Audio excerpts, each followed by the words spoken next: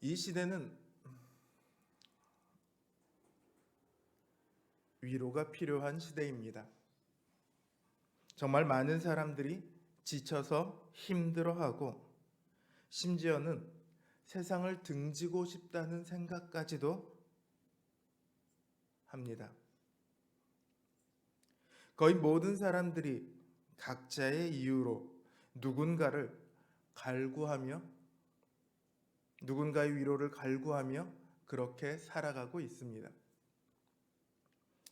그런데 또 반대로 이 시대는 위로가 넘치는 시대이기도 합니다. 수많은 노래, 책, 영화, 드라마, 심지어는 만화까지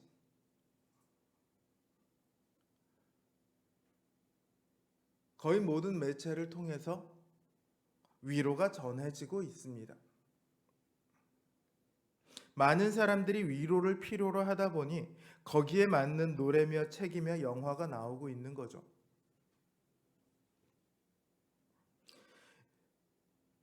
그런데 이렇게 위로가 넘치는데도 사람들은 여전히 위로를 필요로 합니다. 그런 것들이 잠깐의 위로는 될 수 있지만 진정한 위로가 되지 않기 때문이죠. 사실 우리는 일상 속에서 수없이 많은 위로를 만나곤 합니다. 그 중에는 위로가 되지 않는 것도 굉장히 많이 있어요.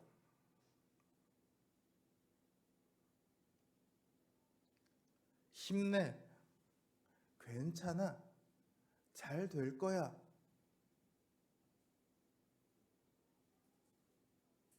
이런 말을 들으면 위로가 됩니까? 흔히 하는 말로 영혼 없는 말이라고 하죠. 이런 말들의 대부분은 위로가 되지 않습니다. 사실 말하는 사람도 자기가 위로가 되지 않을 거라는 걸 충분히 알 거예요. 다른 말로 어떻게 위로할 줄을 몰라서 할 수 있는 말이 그 말밖에 없죠. 근데 어떤 경우는 아무 말 없이 그냥 옆에서 묵묵히 들어주기만 해도 위로가 됩니다. 어디서 이런 차이가 올까요? 공감입니다. 공감이 뭡니까? 아, 그랬구나. 이게 공감입니까? 아니에요. 공감은요, 아까 그건 동조라고 하는 거고요. 그걸 넘어서서 내 일을 자기 일처럼 받아들여 주는 것, 남의 일을 내 일처럼 받아들이는 것, 이게 바로 공감입니다. 이 공감이 있으면요, 그저 옆에 있는 것만으로도 힘이 됩니다. 그러나 공감이 없으면 100마디 1000마디를 해도 아무리 옳은 이야기를 해도 전혀 위로가 되지 않습니다. 부부 간에도 부모 자식 간에도 이 공감이 없으면요, 서로에게 위로가 되지 않습니다. 서로에게 힘이 되어주지 못하는 거죠. 그럼 절망에 빠집니다. 절망은 희망이 없다는 말이에요. 희망이 끊어졌다. 한자 그대로. 그게 바로 절망이죠. 사람이 절망에 빠지는 것은 도저히 어떻게 할 방법이 없어서 단순히 희망이 꺾였기 때문에 그래서 절망에 빠지는 것만은 아닙니다. 여러분 생각해 보세요. 살아오시면서 여러분 뜻대로 된 적이 얼마나 있습니까? 우리는 언제나 희망이 꺾이는 것을 경험하면서 살아왔어요. 우리 인생에 20년을 살았던 30년을 살았던 60년을 살았던 100년을 살았던 상관없이 공통적인 것은 우리 뜻대로 된 것보다 우리 뜻대로 되지 않은 게 훨씬 많다는 사실이에요.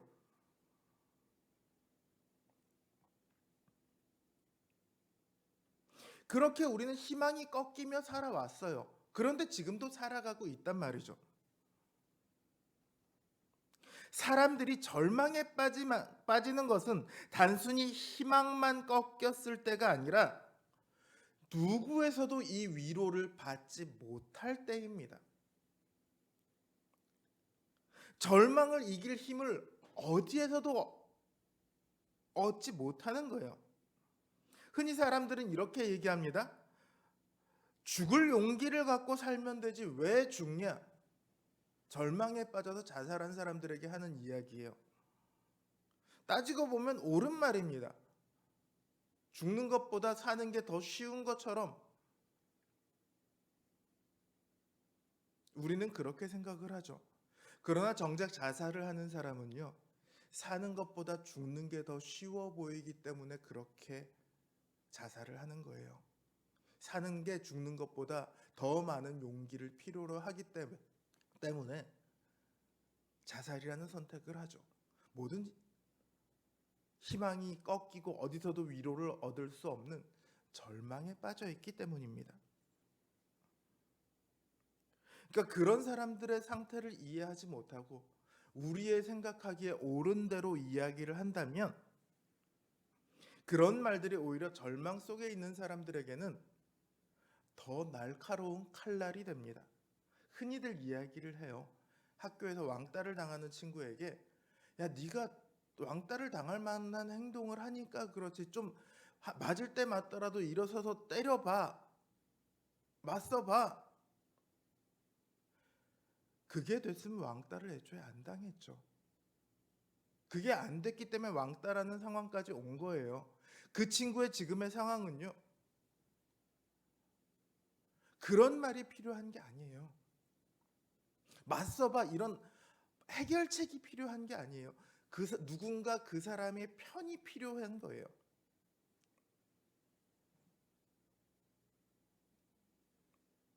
시시비비를 따지는 게 필요한 게 아니라 위로가 필요한 거예요.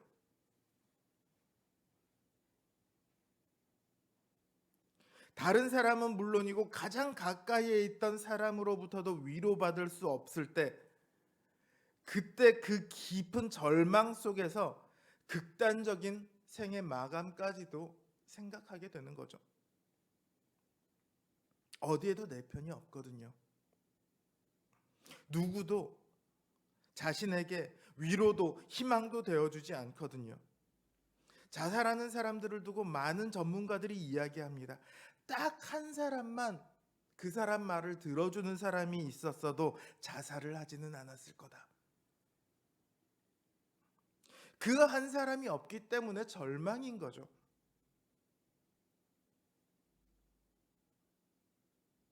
그러니까 절망을 이길 힘이 어디 있느냐?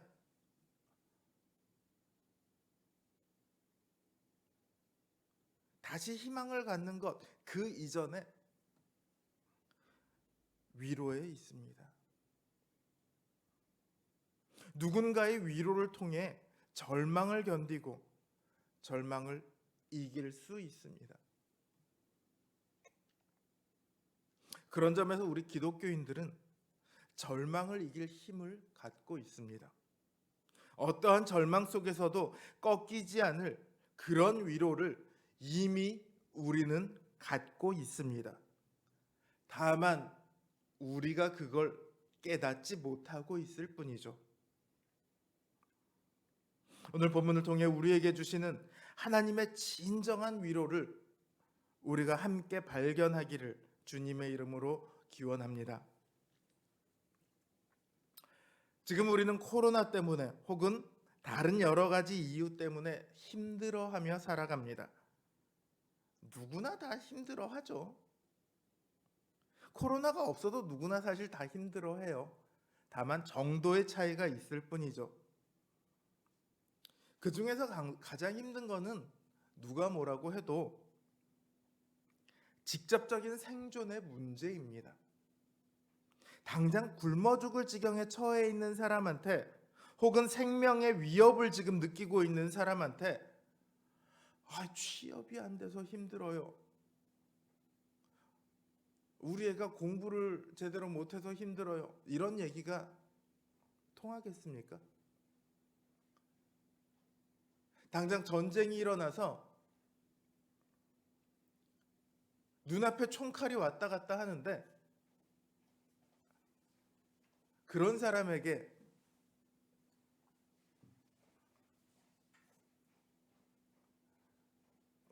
우리 회사에서 부장님이 자꾸 나를 괴롭혀, 나를 너무 힘들게 해, 이런 얘기가 씨알이나 먹히겠어요?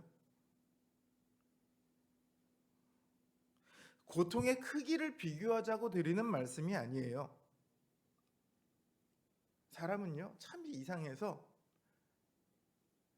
내 손가락 끝에 박힌 가시가 다른 사람의 팔다리가 잘린 것보다 더 아프다고 느끼는 게 사람이에요. 그리고 고통의 크기를 단순히 비교할 수는 없죠. 제가 말씀드리고자 하는 건 이 가장 큰 생존의 위협 앞에서도 하나님께서 어떻게 위로가 되시는가, 이걸 말씀드리고자 하는 거예요. 생존의 위협 앞에서도 하나님께서 위로가 되신다면 다른 모든 상황 속에서 왜 우리에게 위로가 되지 않겠습니까? 이걸 말씀드리고자 하는 거죠. 오늘 본문은요, 이 생명의 위협 앞에 선 남유다를 향해서 이사야 선지자를 통해 주시는 하나님의 위로입니다. 남유다는요 하나님의 율법을 저버렸습니다. 이 바로 앞장인 이사야 10장 1절 2절을 보면요, 하나님께서 남유다를 이렇게 판단하십니다. 불의한 법령을 발포하며 불의한 말을 기록하며 비판자를 불공평하게 판결하여 내 백성의 가련한 자의 권리를 박탈하며 과부에게 토색하고 고아의 것을 약탈하고 있다.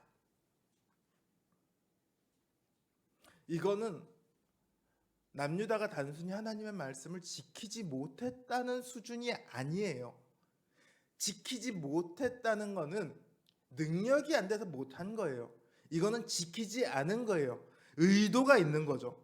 적극적인 행위입니다. 쉽게 말하면 하나님의 율법을 정면으로 거슬려 반역을 하는 거예요.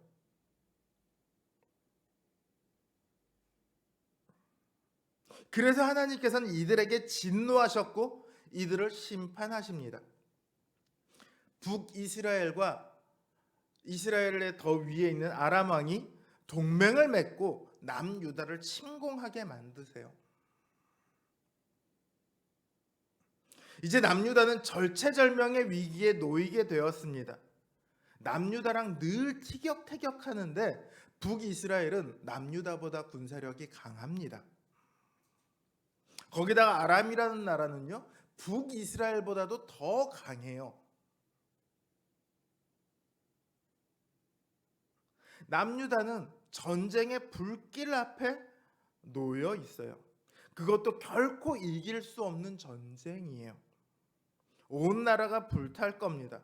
모든 것을 다 빼앗기게 될 겁니다. 그리고 죽임을 당하게 될 겁니다. 이 생존의 위협 앞에서 남유다의 아하스 왕은 아수르의 도움을 청합니다. 아수르는 이 두 나라를 합친 것보다 더 힘센 강대국이죠. 아수르의 힘을 불어서 아람과 북이스라엘의 위협을 제거하고자 합니다. 하지만 진짜 문제는 아람이나 북이스라엘이 아니에요. 남유다 스스로가 문제입니다. 아람과 북이스라엘은 지금 하나님의 도구일 뿐입니다. 남유다를 향해 진노하시는 하나님의 수단일 뿐이에요. 하나님 손에 들린 회초리예요. 하나님께서는 남유다를 향해 물으십니다. 너희들이 나의 진노 앞에서 어디로 도망하며 어디서 도움을 얻을 수 있겠느냐? 하나님의 진노 앞에서 아수르가 어떤 힘을 발휘할 수 있을까요? 아수르가 남유다의 도움이 될 수 있을까요? 아수르가 남유다의 피난처가 될 수 있을까요? 아닙니다. 하나님께서는 그 강대해 보이는 아수르라 할지라도 결코 하나님의 진노를 피할 수 없다. 이렇게 말씀하세요. 그게 10장의 내용입니다. 그러면서 연이어서 주시는 말씀이 바로 이 11장이에요. 지금 남유다는요, 북이스라엘이나 아람에 의해 위협받고 있는 게 아니에요. 그들은 결코 피할 수 없는 하나님의 진노 앞에 서 있습니다. 어느 누구의 도움도 얻을 수 없습니다. 어떠한 위로도 얻을 수 없습니다. 어떠한 희망도 없습니다. 그게 바로 절망이죠. 그것도 생명이 왔다 갔다 하는 절체절명의 상황 앞에서 절망하는 겁니다. 모든 삶의 의지가 꺼지고 이젠 죽을 수밖에 없구나, 그렇게 체념하는 거죠. 그 상황 속에서 하나님께서 이 11장에 새로운 위로를 주시고 계신 거예요.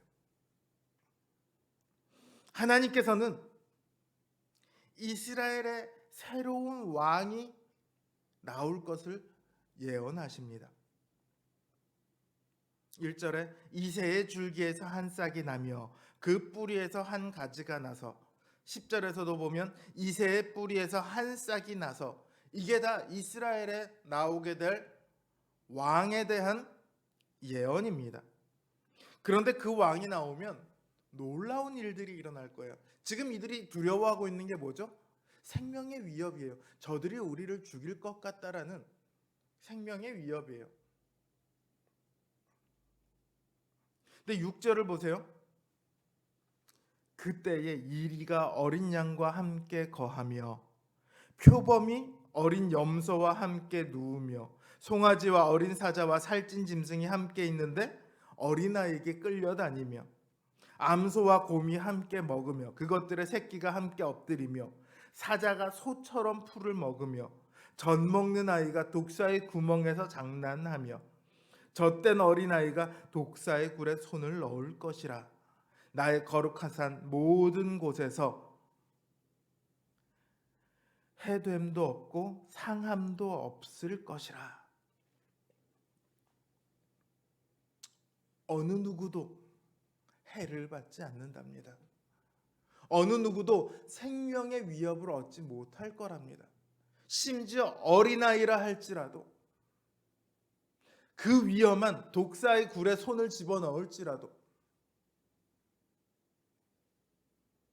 아무런 해를 입지 않을 거래요. 이게 얼마나 놀라운 말씀입니까? 생명의 위협 앞에 잔뜩 쪼그라들어 있는 남유다입니다. 하나님의 진노 앞에서 절망하고 있습니다.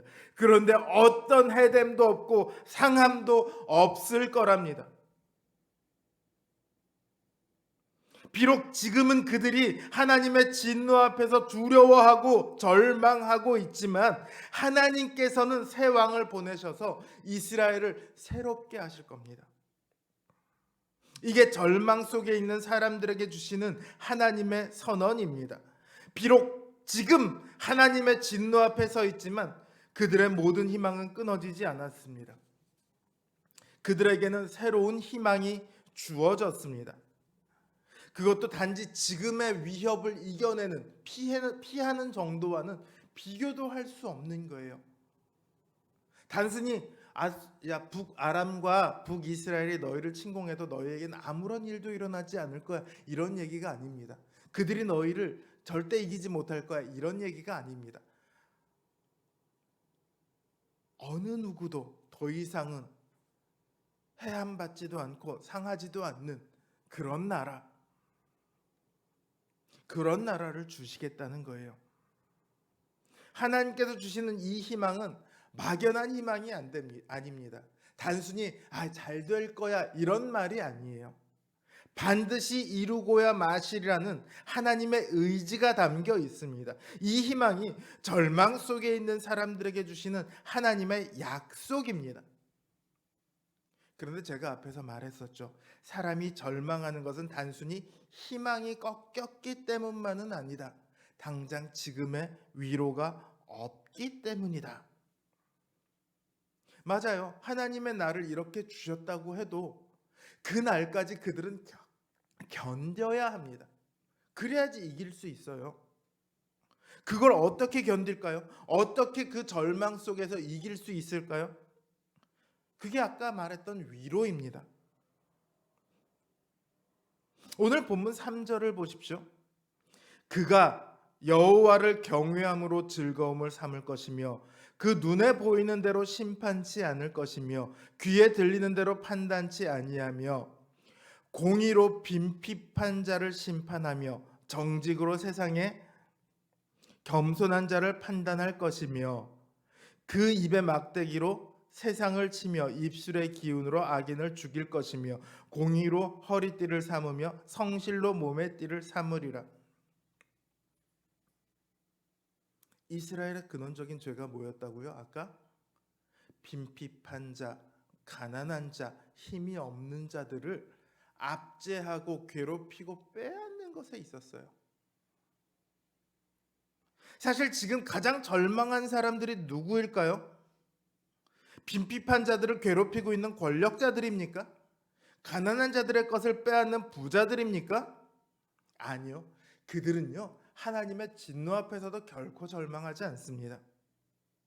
그들은 하나님을 두려워하지 않고 있거든요. 그러니까 이런 일을 행했죠. 하나님을 두려워하지 않는 이들은 어떠한 하나님의 진노가 온다고 해도 그것을 하나님의 진노로 알아차리지 못해요. 돌이킬 이도 없고 괴로워할 이도 없습니다.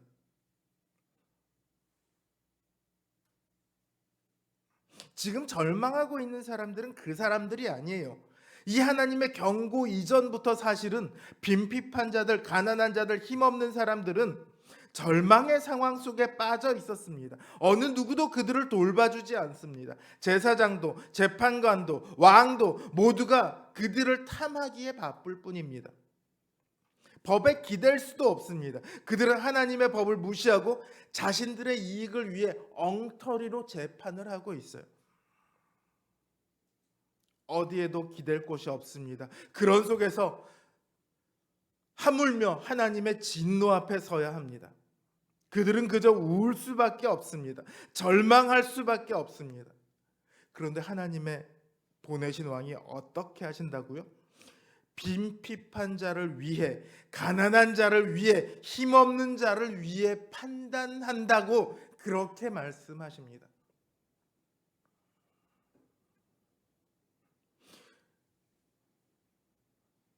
명분은 그럴싸할 수도 있습니다. 우리가 실제로 재판하는 데 가보면요, 억울한 재판이 의외로 굉장히 많이 있습니다. 이 세상에 억울한 일들이 얼마나 많은지 모릅니다. 그런데 법정에 가서도 해결이 되지 않아요. 겉으로는 그럴싸한 이유를 들어서 이야기합니다. 이러이러한 이유로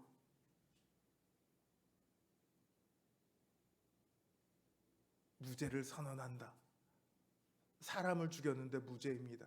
음주운전을 했는데 무죄입니다. 내 걸 다 빼앗아 갔는데도 무죄랍니다. 보여지는 것, 들려지는 것, 그런 것들로만 판단을 하기 때문이죠. 그러나 주님은 그렇게 하지 않습니다. 보여지는 것으로 판단하지 않습니다. 들려지는 것으로 판단하지 않습니다. 중심을 아시거든요. 그 중심으로 판단하세요. 이 사람이 가난한 사람을 빼앗았는지,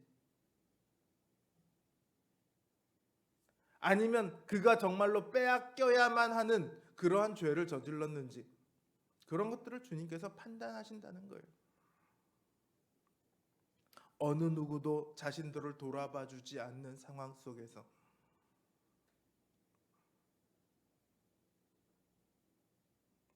주님은 그들을 위해서 그들을 판단하십니다. 그 힘센 아수르마저도 심판하시는 하나님이 그들을 위해 위로하십니다. 그들의 아픔을 돌아보고십니다. 그들을 위해 왕을 보내겠다고 하십니다. 이건 미래의 약속이 아니라 지금 그들의 마음을, 그들의 아픔을 하나님께서 돌아보고 계시다는 이야기예요. 그래, 어느 누구도 너의 편이 되어주지 않았지. 어느 누구도 너의 이야기를 들어주지 않았지. 어느 누구도 너를 위로해주지 않았지. 그러나 나는 너의 편이야. 나는 너의 길을, 이야기를 다 알아. 나는 너의 마음을 알아. 너의 억울함을 알아.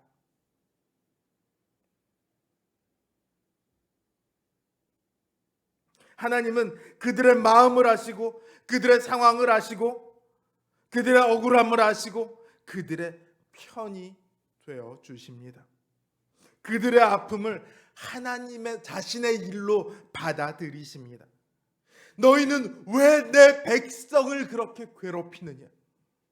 너희는 왜 내 백성을 억울해서 눈물 짓게 하느냐?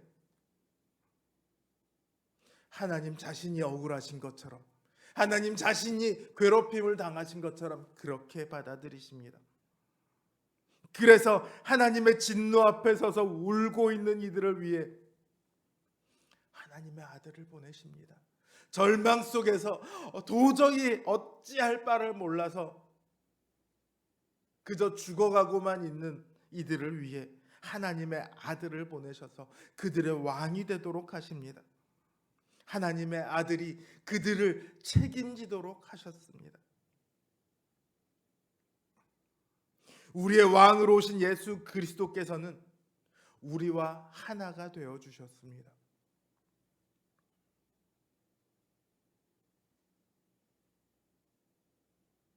복음서를 보면 예수님께서 긍휼히 여기셨다는 표현이 굉장히 자주 나옵니다. 이 단어는요, 긍휼하다는 단어는요, 창자가 끊어지는 것 같은 아픔을 느낀다, 이런 의미를 갖고 있어요. 내가 저 사람을 그저 불쌍히 여기는 것이 아니라 그 사람 때문에 내 창자가 끊어지는 것 같이 아프다. 이게 주님이 우리를 향해 가지신 마음입니다. 우리식 표현으로 하면 애간장이 녹는다는 거죠. 우리가 아파할 때 주님께서는 함께 아파하십니다. 우리가 괴로워할 때 주님께서 함께 괴로워하십니다. 우리가 눈물을 흘릴 때 함께 눈물을 흘리십니다. 그리고 우리가 죽어야 할 때 우리를 대신해서 죽어주셨습니다. 그렇게 주님께서는 우리의 위로가 되셨습니다. 또 주님께서 우리와 하나가 되심으로 주님의 것들이 반대로 우리의 것이 되기도 했습니다.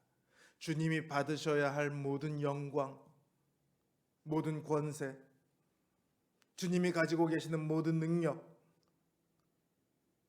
모든 복락들, 그것이 주님이 우리에게 하나가 되심으로 우리에게 주어지는 것들입니다. 그래서 주님이 우리의 소망입니다. 단순히 우리 인생 수준에서의 소망이 아니라 하나님 수준에서의 소망이 우리에게 주어지는 거예요. 그렇게 주님은 우리의 희망이 되어 주셨습니다. 주님은 우리의 위로요, 우리의 소망이십니다.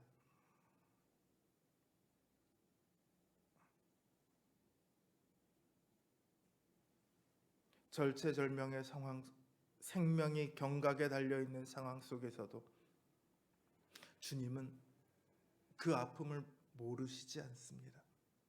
주님은 그들의 두려움, 그들의 아픔, 그들의 괴로움, 그들의 억울함, 그들의 눈물을 다 아시고 다가가셔서 친구가 되어 주셨습니다. 더 나아가 하나가 되어 주셨습니다. 우리가 살다 보면 괴로운 순간들이 없을 수 없습니다. 괴로움이 없는 인생은 없습니다. 그러나 기억하십시오. 오직 주님께서만 우리의 영원한 위로이시며 영원한 소망이십니다. 그 주님 안에서 우리가 절망을 이길 힘이 주어지고 있습니다. 어느 누구도 우리를 알아주지 않을 때, 어느 누구도 우리를 위로해주지 않을 때, 주님은 단 한순간도 우리를 떠나지 않으시고 우리와 동행하시며 우리를 위로하십니다. 심지어 가족이라 할지라도요, 잠시 잠깐 떠나 있는 순간들이 있습니다. 우울증 환자를 앓는 환자의 가족들은 그 우울증 환자의 편이 되어줍니다. 그들의 위로가 되어줍니다. 그들의 동료가 되어줍니다. 근데 그것도 어느 정도죠. 그 환자도 같이 지쳐가요. 우울증 환자의 가족들이 같이 우울증을 앓게 된다는 그런 통계도 굉장히 많이 나와 있습니다. 사람이 하는 위로는 한계가 있습니다. 때때로 누군가에게 위로받고 싶을 때 친한 친구에게 전화를 합니다. 가족에게 말을 합니다.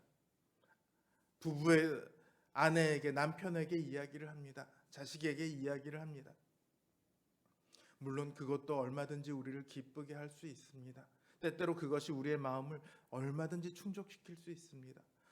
때로는 노래 한 곡에서 위로를 얻기도 하고, 때로는 책 한 권에서 위로를 얻기도 합니다. 그러나 그런 것들은 한계가 있습니다. 그 위로들은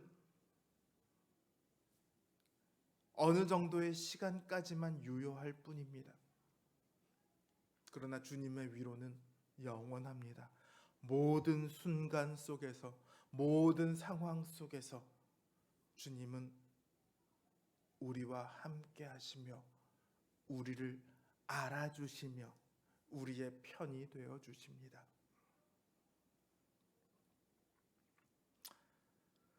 모든 상황 속에서 그저 주님만 바라보고 주님만 의지하며 나아갈 때 우리는 모든 절망을 이겨내게 될 것입니다.